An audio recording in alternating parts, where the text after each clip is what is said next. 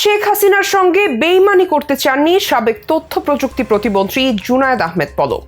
গেল 5ই আগস্ট তীব্র আন্দোলনের মুখে পড়ে যেভাবে পদত্যাগ করতে হয়েছে শেখ হাসিনা সরকারকে, তাতে বিপদে পড়েছেন অনেক আওয়ামী লীগ নেতাকর্মীরাই। অনেকেই দেশ ছেড়ে পালাতে গিয়ে ধরা পড়েছেন নানা জায়গায়। তেমনি এক গুরুত্বপূর্ণ পদে থাকা সংসদ সদস্য জুনায়েদ আহমেদ পলক তবে ধরা পড়ার পর এবার বলছেন ভিন্ন কথা। শেখ হাসিনার সঙ্গে বেইমানি করতে চাননি, তাই সুযোগ থাকা সত্ত্বেও দেশ ছাড়েননি তিনি। যদিও নিজের পরিবারের সদস্যদের একদিন আগেই বিদেশে পাঠিয়ে নিরাপত্তা নিশ্চিত করেছেন এই সাংসদ, তবে পুলিশের জিজ্ঞাসাবাদে ভিআইপি আসামিদের মধ্যে সবচেয়ে বেশি ভেঙে পড়েছেন পলক।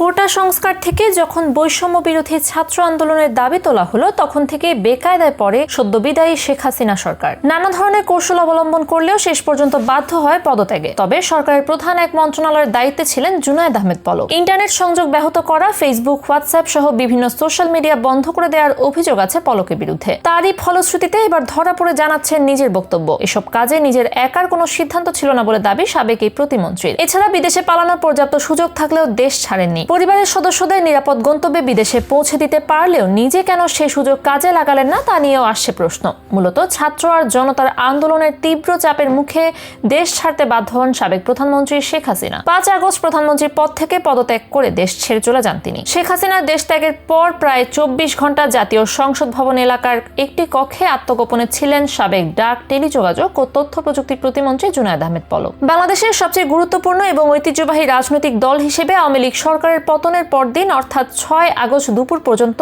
ওই এলাকাতেই ছিলেন জুনায়েদ আহমেদ পলক। এরপর বিশেষ উপায় অবলম্বন করে বিদেশে পালিয়ে যাওয়ার জন্য বিমানবন্দরে যান তিনি, কিন্তু সেখান থেকে তাকে নিজেদের হেফাজতে নিয়ে যায় সেনাবাহিনী। এছাড়া তদন্ত সংশ্লিষ্ট একটি সূত্র উল্লেখ করে যে গ্রেপ্তারের পর থেকে বেশিরভাগ সময় কান্নাকাটি করছেন জুনায়েদ আহমেদ পলক। ইন্টারনেট শাটডাউনের বিষয়েও তিনি তার দায় অস্বীকার করেছেন। তার ভাষ্য, নিজের তথ্য প্রযুক্তি মন্ত্রণালয়ের প্রতিমন্ত্রী হলেও ইন্টারনেট বন্ধ করার ক্ষেত্রে তার একক কোনো সিদ্ধান্ত ছিল না। জিজ্ঞাসাবাদে পলকের দাবি, গোয়েন্দা সংস্থার প্রধান ও এনটিএমসির মহাপরিচালক সাবেক সেনা কর্মকর্তা জিয়াউল আহসানের নির্দেশ মেনে তিনি ইন্টারনেট শাটডাউনের সিদ্ধান্ত নিয়েছিলেন। এছাড়া ইন্টারনেট শাটডাউনের ক্ষেত্রে শেখ হাসিনার সায় ছিল। জিজ্ঞাসাবাদকারী সূত্রে দাবি, ভিআইপি আসামিদের মধ্যে সবচেয়ে বেশি ভেঙে পড়েছেন জুনায়েদ আহমেদ পলক। এত দ্রুত সরকারের পতন হতে পারে তা তিনি কল্পনাও করতে পারেননি। যদিও একদিন আগে স্ত্রী সন্তানদের বিদেশ পাঠিয়ে দেওয়ার কথাও তিনি স্বীকার করেছেন। পলকের ভাষ্য, চাইলে তিনিও দেশ ছেড়ে পালাতে পারতেন, তবে শেখ হাসিনার সঙ্গে বেইমানি করা হবে বলে তিনি জাননি। আর বর্তমানে যারা পুলিশ ও সেনাবাহিনীতে হেফাজতে আছেন তাদের নিয়ম জিজ্ঞাসাবাদ চলছে। এসবের মধ্যে জুনায়েদ আহমেদ পলক, সালমান এফ রহমান, আনিসুল হক সহ আরো অনেকেই আছেন আইন শৃঙ্খলা রক্ষাকারীর হেফাজতে। পাশাপাশি শেখ হাসিনা পদত্যাগ করবেন এবং দেশ ছেড়ে যাবেন, এসব চিন্তা ভুল করে মাথায় আসেনি সাবেক তথ্য প্রযুক্তি প্রতিমন্ত্রী জুনায়েদ আহমেদ পলকের। তাই পালিয়ে যাওয়ার সুযোগ থাকা সত্ত্বেও নিজ থেকে পালানোর চেষ্টা করেননি। যতক্ষণ পর্যন্ত শেখ হাসিনা বাংলাদেশে ছিলেন ততক্ষণ পর্যন্ত